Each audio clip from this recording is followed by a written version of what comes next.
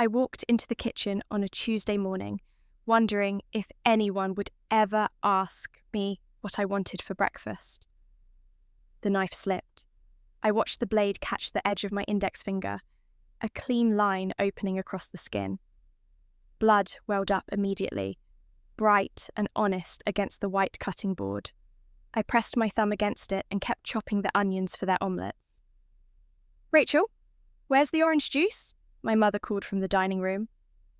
I finished the onions with my left hand, the right one throbbing. The blood had soaked through the paper towel I'd wrapped around it. I poured her orange juice with my clean hand, delivered it to the table where she sat reading her phone, and returned to crack eggs into the pan. "The eggs are runny," my sister Emma said when I set the plate in front of her. She didn't look up from her laptop. "You know I like them firm." I took the plate back. My finger pulsed with each heartbeat. I made her new eggs, while the cut dripped into the sink when I rinsed my hand. The water ran pink, then clear. My father came down in his suit, already checking his watch. "I have an early meeting. Can you make it quick?" 2 minutes, I said. He nodded and sat down, spreading the newspaper across the table. My mother refilled her coffee. Emma typed something, laughed at her screen. None of them looked at me. Not at my face. Not at the blood-stained paper towel on the counter. Not at the red smear on the handle of the refrigerator where I'd grabbed the milk. I served my father's omelette. Perfect, folded, golden. He ate it in 4 minutes and left. My mother finished hers while scheduling something on her phone. Emma pushed hers around her plate, eating half, and carried it to the sink without scraping it. "I have plans tonight," Emma said. "Don't wait up." My mother looked at her, smiled. "With James?" "Maybe." Emma's voice went soft, pleased. She was 23, beautiful, effortless. Everything fell into her lap. Jobs, friends, attention, love. "That's wonderful, sweetie." My mother reached over and squeezed Emma's hand. I stood at the sink, washing dishes with my wounded finger burning under the hot water. The cut had stopped bleeding, but it gaped when I moved my hand wrong. I should have used a bandage. I should have asked for help. I should have said something. I didn't. I finished the dishes. I wiped down the counters. I put away the ingredients. I went upstairs to my room and sat on my bed, staring at my finger. The cut wasn't deep enough to need stitches, but it was deep enough to hurt, deep enough to scar. That night, Emma came home at midnight with James. I heard them laughing in the hallway. I heard my mother's delighted voice greeting him. I heard my father ask him about work. They all stayed up talking in the living room, their voices warm and animated. I lay in bed listening to them love her. The cut on my finger had scabbed over by morning. I made breakfast again. Pancakes this time. Yes. Flipped them with my injured hand, the movement pulling at the wound. My mother commented that they were slightly burnt. My father ate them anyway, distracted. Emma had 3 and left the rest. This was my life. This had always been my life. I was 25 years old. I had lived in this house my entire existence except for college, and I'd come back after graduation because my mother had asked me to. "Just until you find your footing," she'd said. That was 3 years ago. I paid rent. I cooked. I cleaned. I grocery shopped. I arranged my schedule around their needs. Emma lived here too, but she didn't pay rent. She didn't cook. She didn't clean. She existed in this house like a guest, like someone visiting from a more important life. And maybe she was. The weeks blurred together after that. Each morning I woke up early to make breakfast before anyone else was awake. Each evening I came home from my administrative job at a doctor's office to start dinner. Weekends were for meal prep, for deep cleaning, for running errands that somehow always benefited everyone but me. I told myself it was temporary. I told myself I was saving money. I told myself that family took care of each other. But the truth sat heavier each day. I wasn't taking care of family. I was being taken care of, used, consumed. My mother had friends over for book club one Thursday evening. I spent the afternoon preparing appetizers, cheese boards, bruschetta, stuffed mushrooms, little pastries that took an hour to assemble. The women arrived at 7. I served drinks, I refreshed plates, I cleaned up spills. "Your daughter is so helpful," one of the women said to my mother. "Oh, Rachel's always been like that," my mother replied. "So responsible." Responsible. The word felt like a weight around my neck. I retreated to the kitchen while they discussed their book. Through the doorway, I could hear them laugh, hear my mother's voice bright and engaged. She never laughed like that with me. We never had conversations that sparkled. I was the help. That's what I'd become. 2 months after I cut my finger, James proposed to Emma in our backyard under string lights my father had hung. I watched from the kitchen window while I prepared the celebration dinner my mother had requested. Roast chicken, garlic potatoes, green beans, apple pie from scratch. Emma cried when she said yes. My mother cried. My father shook James's hand for a long time. They all hugged. They all glowed. I basted the chicken. When I brought out the food, they were still celebrating. Champagne had appeared from somewhere. My father made a toast. My mother made a toast. James made a toast, thanking Emma for making him the luckiest man alive. No one thanked me for the dinner. We ate. The food was perfect. Everyone said so. Emma kept staring at her ring, holding her hand up to catch the light. James kept touching her shoulder, her hand, her face. My parents kept smiling at them like they'd personally arranged the stars. I cleared the plates. I brought out the pie. I served it with vanilla ice cream I'd made that afternoon. "This is delicious, Rachel," James said. "Thank you." "You should open a restaurant or something." Or something, as if cooking was my only skill, as if feeding people was my only purpose. The engagement party was 3 weeks later. I spent 2 days cooking. Appetizers, main courses, desserts. The house filled with people I barely knew, Emma's friends and James's family and my parents' colleagues. Everyone congratulated Emma. Everyone admired her ring. Everyone said how perfect they were together. I passed trays of food. I refilled drinks. I cleared plates. "Rachel, this is delicious," someone said in passing. I nodded and kept moving. Late in the evening, I stood in the kitchen washing champagne flutes when James walked in. He leaned against the counter, loosening his tie. He was handsome in that easy way some men were, like they'd never had to think about it. "You did a great job with everything," he said. "Thank you. Emma's lucky to have a sister like you." I looked at him, really looked at him. He was smiling, but it was the kind of smile that didn't reach anywhere important. A reflex, a courtesy. "She is," I agreed. He laughed, thinking I was joking, and went back to the party. I dried the champagne flutes. I put them away. I wiped down the counters. I took out the trash. When I came back inside, Emma and James were dancing in the living room to music someone had put on. My parents watched them with expressions of pure contentment. Nobody had noticed I'd left. Nobody ever noticed when I left.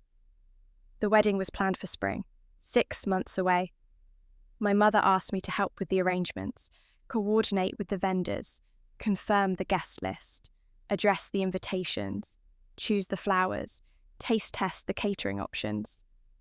"Emma's so busy with work," my mother explained, "and you're so good at organising things." I said yes. What else could I say? No would have required an explanation. No would have required conflict. No would have made me the difficult one, the selfish one, the one who couldn't even help her own sister. So I said yes. I spent January calling florists, comparing prices, requesting samples. I spent February addressing 300 envelopes in careful calligraphy because Emma wanted them to look elegant. My hand cramped after the first 100. I kept writing, March was for finalising seating charts and menu selections, for confirming timelines and managing deposits. Emma appeared at meetings occasionally, made decisions quickly and left. She trusted me, she said. She knew I'd make everything perfect. I did make everything perfect. The wedding was beautiful. The flowers were exactly right. The food was exquisite. The music was flawless. Emma looked like something out of a dream in her dress. James looked at her like she was the only person in the world. I sat in the third row during the ceremony and watched them promise forever to each other. My mother cried. My father smiled. Everyone said it was the most beautiful wedding they'd ever seen. At the reception, I made sure everything ran smoothly. I checked with the caterers. I cued the DJ. I ensured the photographer captured every important moment. When Emma's bustle came undone, I fixed it. When a guest spilled wine, I handled it. When the cake wasn't cut on time, I coordinated it. I stayed until the last guest left, until the venue was cleaned, until Emma and James had driven away in their car trailing tin cans and ribbons. I went home and sat in the kitchen in my bridesmaid dress. The house was quiet. My parents had gone to bed. I was alone with the hum of the refrigerator and the tick of the clock. My phone buzzed. A text from my mother. "Thank you for everything today. You made Emma's day perfect." Not our day, Emma's day. I looked at my hand. The scar from the cut 10 months ago was still visible, a thin white line across my finger. I traced it with my thumb. This was my life. This would always be my life. Emma and James left for their honeymoon in Greece. My parents talked about it for weeks. They showed everyone photos. They beamed when people asked about the wedding. They basked in the reflection of Emma's happiness. I went back to my routine. Work, cooking, cleaning, existing in the margins of other people's lives. One evening, about 3 weeks after the wedding, I was making dinner when my mother came into the kitchen. She stood watching me chop vegetables for a while before speaking. "Emma called today. She's having such a wonderful time." "That's good." "She sent pictures. The hotel is beautiful, right on the water." "I'm glad." My mother was quiet for a moment. "You know, I was thinking, you've been such a help with everything. Maybe you should think about event planning. You're really good at it." I set down the knife. I looked at her. "I have a job." "Oh, I know, but that's just administrative work. This could be a real career." Administrative work, just administrative work. As if managing a busy medical practice wasn't real, as if my job didn't matter because it didn't dazzle. "I like my job," I said. "Oh, of course. I just meant..." She trailed off. "Never mind. What are we having for dinner?"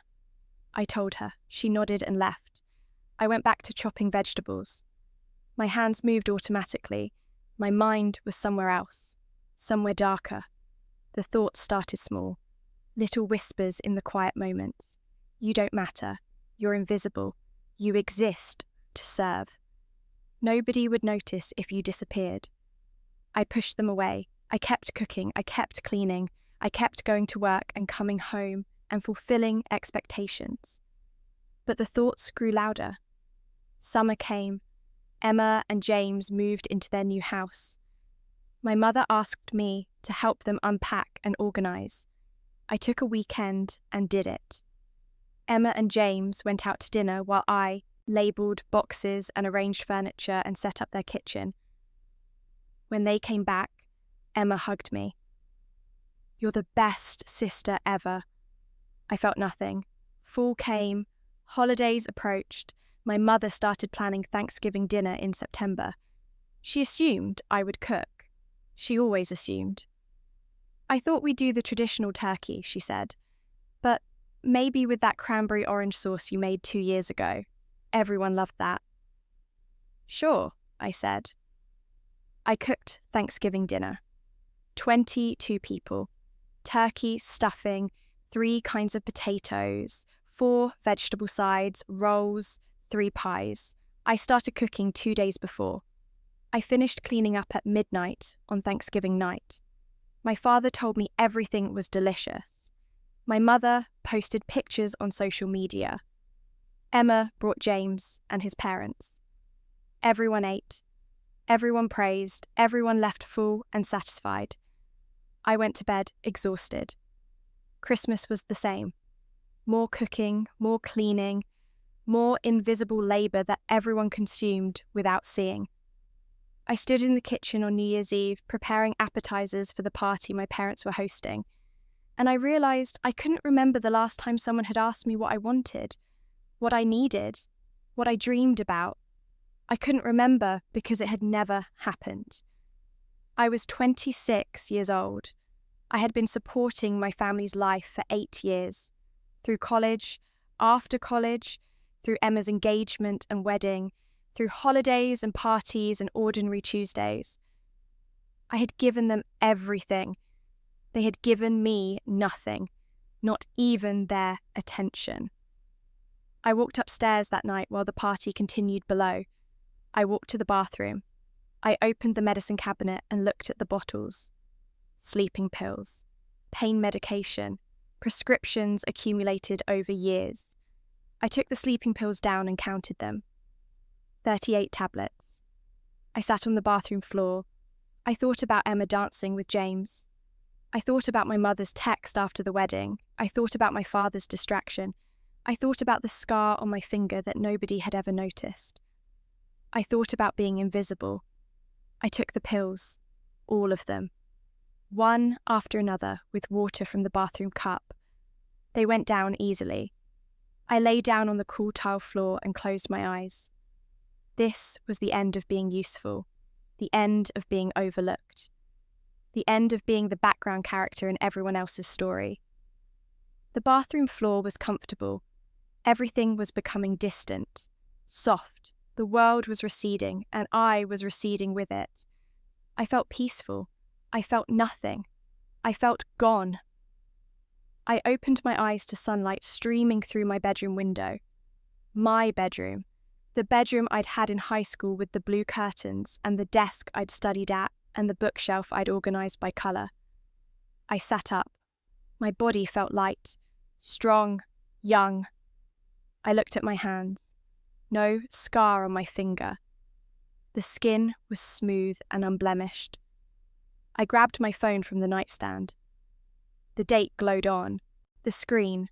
7 years earlier. The morning of my 18th birthday. I sat there holding the phone, understanding, settling into my chest like something inevitable. I had died, and I had come back. The door opened and my mother leaned in. "Happy birthday, Rachel. Come down for breakfast." She left before I could respond. I heard her call Yugoshev for Emma downstairs, heard Emma's lighter voice answer. I stood up slowly. I walked to the mirror. 18-year-old me looked back. Younger face, longer hair, same eyes, different mind. I went downstairs. My family sat at the kitchen table with a small cake and a few wrapped presents. They sang Happy Birthday. I blew out the candles. They clapped. "What did you wish for?" Emma asked. She was 16, still in high school, already beautiful. "Something different," I said. I opened the presents. A sweater from my mother, bookstore gift card from my father, earrings from Emma, all perfectly fine, all forgettable. "Thank you," I said. "Are you going to make your birthday dinner?" My mother asked. "You always make the best meals." I looked at her, really looked at her. She was younger too, her face less lined, but the expression was the same. Expectant, assuming. "No," I said. "I think I'll order pizza tonight." My mother blinked. "Oh, well, that's fine too, I suppose." The surprise in her voice told me everything. She had expected me to cook on my own birthday. Had always expected it. Would always expect it unless I changed the pattern. So I changed it. I spent my 18th birthday in my room, planning. I had 7 years of knowledge, 7 years of mistakes, 7 years of patterns to break. I knew what was coming. College applications, Emma's high school years, my mother's expectations, the slow erosion of boundaries until I had none left. Not this time.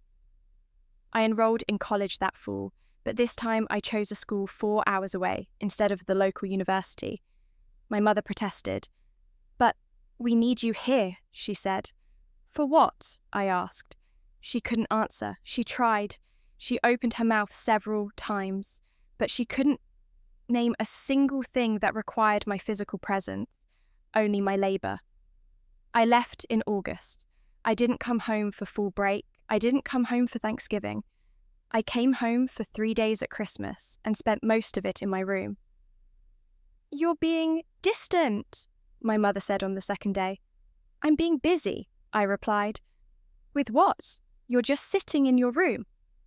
"With myself, with my own thoughts, with things that have nothing to do with taking care of everyone else." She looked hurt. I didn't apologise. I went back to school. I studied. I worked part-time at a bookstore. I made friends who knew me as Rachel. Just Rachel, not Rachel who cooks, or Rachel who helps, or Rachel who fixes things. I built a life that had nothing to do with serving my family. When my mother called in February asking me to come home for a weekend to help Emma with her college applications, I said no. "But you're so much better at this than we are," my mother said. "Then hire a consultant. There are people who do this professionally." "Rachel, she's your sister. And you're her mother. This is your responsibility, not mine." The silence on the other end of the phone was heavy with disapproval. I let it sit there. "I don't understand why you're being like this," my mother said finally. "I'm not being like anything. I'm just not being what you expect me to be." Emma got into a good school. Not a great school, but good. She called me in April, her voice tight with anger. "Mom said you wouldn't help me with my applications. I could have gotten into somewhere better if you'd helped." "You got into a school that matches your grades and your effort," I said. "That's how it works." "You're so selfish now."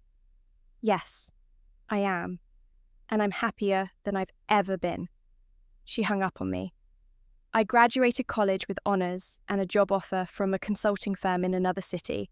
I took the job. I moved. I signed a lease on a 1-bedroom apartment with big windows and a kitchen I would cook in only when I wanted to. I didn't tell my family until everything was finalised. "You're moving even farther away?" my mother asked when I called. "Yes." "When will we see you?" "Holidays, maybe, when I have time." "Rachel," her voice went sharp, "this is very selfish of you, after everything we've done for you." I almost laughed. "What have you done for me? Name one thing in the last 4 years that was for me and not for your own convenience." "We raised you. We gave you a home. You did the legal minimum required of parents, and in return, I cooked and cleaned and organised and served for years. We're even, more than even. I can't believe how cold you've become." "I've become whole," I said. "There's a difference." I hung up before she could respond. I built my career. I worked hard. I was good at what I did. Within 2 years, I was promoted to senior consultant. Within 3, I was leading projects. I made real money. I had autonomy. I had respect. I made friends. I went to dinners and galleries and shows. I travelled. I went to Thailand for 2 weeks and ate food I didn't cook and slept in beds I didn't make and came home to no one's expectations but my own. I dated occasionally. Nothing serious at first. I was learning how to be with someone who saw me as a person, not a function. 2 years into my job, Emma got engaged. To James. The same James. I supposed some things stayed constant across timelines. My mother called. "We need you to come home and help plan the wedding." No. Emma specifically asked for your help. Then Emma can call me herself. Rachel, please, this is important.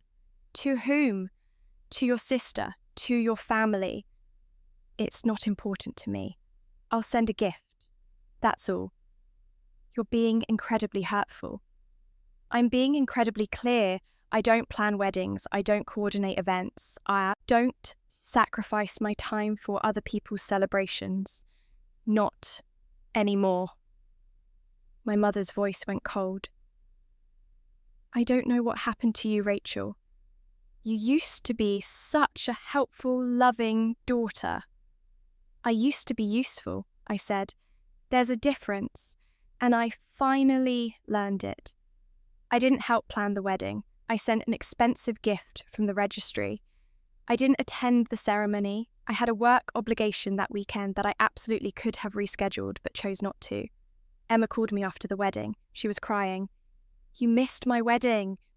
I know. How could you do that? I'm your sister. Yes, and you never noticed when I cut my finger cooking your breakfast. You never thanked me for the years I spent taking care of you. You never saw me at all except when you needed something, so I decided to stop being invisible by removing myself entirely. What are you talking about? What finger? It doesn't matter anymore. What matters is that I'm living my life now. Not yours, not Mum's, not Dad's, mine. You've changed so much. I've changed exactly the right amount. She hung up. We didn't speak for 8 months. I lived my life. I got another promotion. I travelled to Japan. I learned pottery on weekends. I dated a man named Daniel for 8 months before we realised we wanted different futures and parted amicably. I adopted a cat named Luna. I bought plants for my apartment and kept them alive. I read books I chose. I watched movies I wanted to watch. I existed in my own space, on my own terms, without apology. I existed.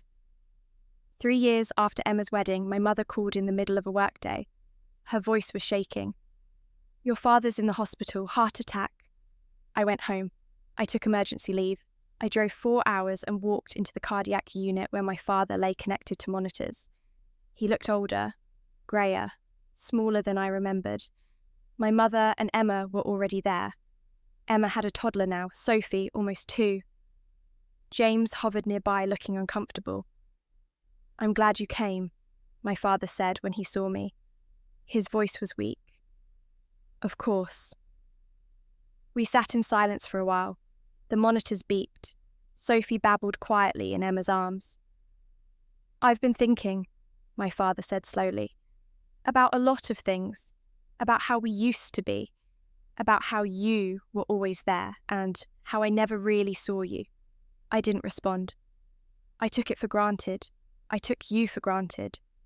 He paused, struggling for words. I'm sorry. The apology hung in the air. Simple. Too late for the life I'd left behind. Just in time for this one. Thank you, I said. He recovered, changed his diet, started exercising, retired early to spend time with Emma and Sophie. He called me once a month after that, just to talk. About books he was reading, about Sophie's latest antics, about nothing important and everything that mattered. He was learning to see me. Finally. My mother took longer. She didn't apologise. She made comments instead. I wish we'd been closer when you were younger. You seem so happy with your life now. Emma says you're doing really well at work. She circled around it for 2 years. Then, during a Christmas visit, she said quietly, I think I failed you as a mother. We were alone in the kitchen. I was making tea for myself because I wanted it, and she was sitting at the table. Yes, I said. You did. She cried. I let her. I didn't comfort her. I didn't rush to make it better. I let her sit with the truth of what she'd done. When she was done, I said, but I didn't fail myself, not this time. I learned to save myself, and that's enough. Can you forgive me? I'm working on it. It's not immediate, it's not simple, but I'm working on it. She nodded. That's fair. Emma was the hardest. She kept trying to rebuild something that had never really existed. She invited me to things, called regularly, sent photos of Sophie. I responded politely, distantly. I didn't give her the closeness she suddenly wanted now that I no longer provided services. Finally, 4 years after my father's hospital stay, she came to visit me. She left Sophie with James. She sat in my apartment drinking coffee, looking around at my life. My art on the walls, my books on the shelves, my plants in the windows, my space, my choices, my existence. "You're happy," she said. "Yes." "Were you unhappy before, when we were younger?" "I was invisible. I existed to serve. Those aren't the same as happy." "I never meant to make you feel that way." "I know. That's the problem. You never meant anything. It just happened. I was there, so I did things. You needed things, so I provided them. Nobody questioned it. Nobody saw it. Nobody saw me. I see you now. Now I'm worth seeing. I have a career, boundaries, a whole life. I'm not the sister who makes breakfast and plans weddings. I'm just me. And that's who I've always deserved to be. I miss who we used to be. We never were anything. There was you, living your life, and me, facilitating it. That's not a relationship." She set down her coffee. "Can we start over? Build something real? Maybe. If you understand that I'm not here to take care of you. I'm here to live alongside you, equal, separate, whole." "I understand." "Then maybe we can try." She left the next day. We hugged at the door. It felt tentative, honest, like a beginning instead of an ending. I turned 32 in my apartment with Daniel. Different Daniel, but better Daniel, Daniel who worked as an architect and loved plants almost as much as I did. We cooked dinner together. He stood next to me chopping vegetables while I prepared the sauce. The knife slipped. A tiny cut on my finger, barely bleeding. Daniel saw immediately. "You okay?" "Yeah, it's nothing." He stopped everything, turned me toward him, examined my finger. "Wait here." He got the first aid kit, cleaned the cut, applied antibiotic ointment, wrapped it carefully in a bandage. "It's really small," I said. "Doesn't matter, cuts get infected, and you matter too much to risk that." He kissed my forehead and went back to cooking. I stood there for a moment, looking at my bandaged finger. This small, noticed wound. This small, enormous difference. We finished cooking together. We ate at my small table with good wine and mismatched plates.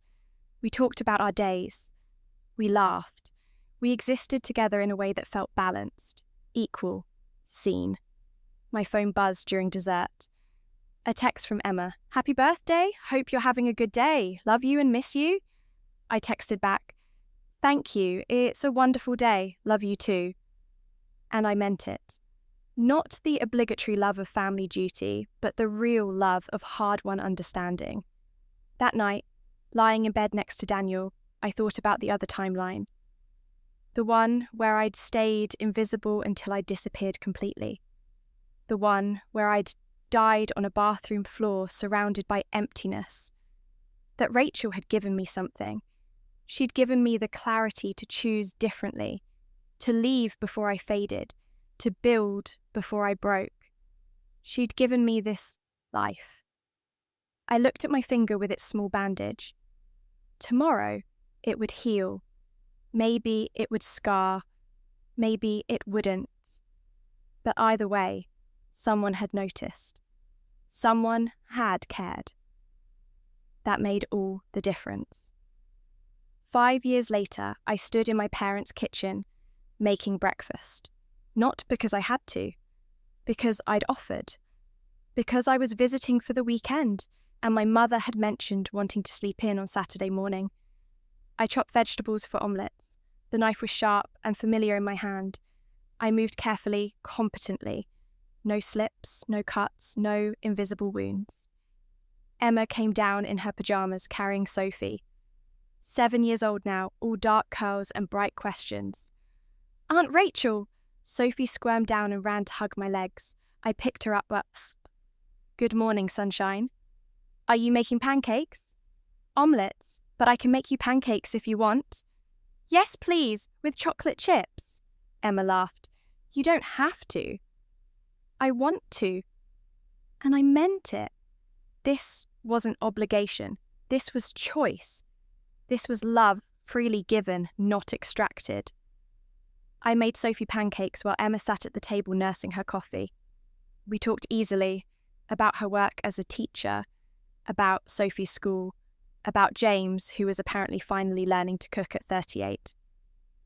Better late than never, I said. 12 years late, but we'll take it. He made dinner last Tuesday. Spaghetti. Only slightly burnt. We laughed. Real laughter. The kind that comes from knowing each other as full people. My mother came down, looking rested. She kissed Sophie's head, squeezed my shoulder as she passed. A gesture of gratitude, not expectation. Something smells wonderful. My father followed, moving slower now but steady. Heart healthy, present. Rachel's cooking.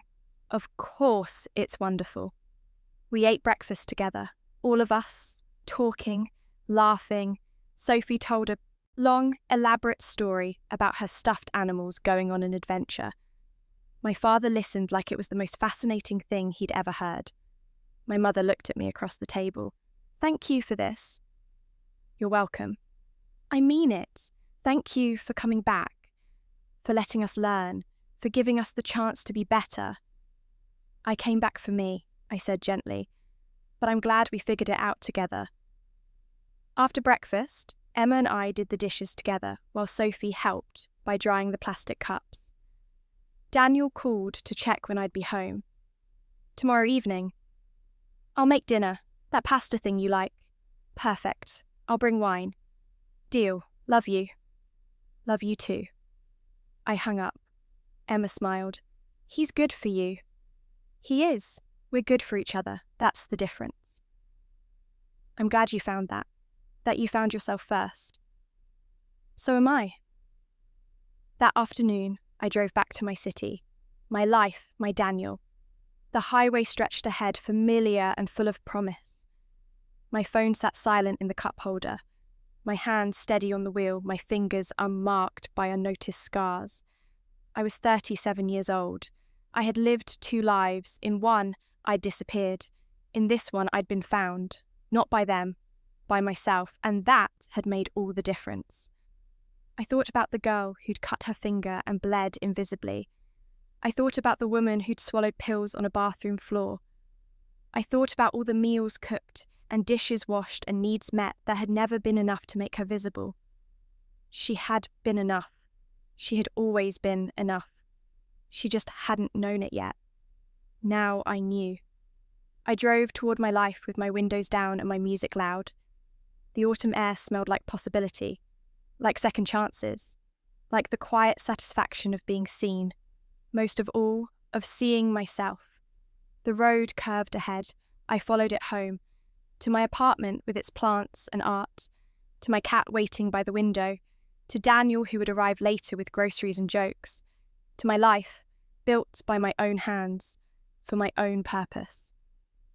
To the peace that came from knowing I would never again bleed invisibly in a kitchen while the world looked away. I had learned the lesson. I had paid the price. I had earned this second chance, and I would never, ever forget what it cost to learn that I mattered. The road stretched on. I drove forward, whole,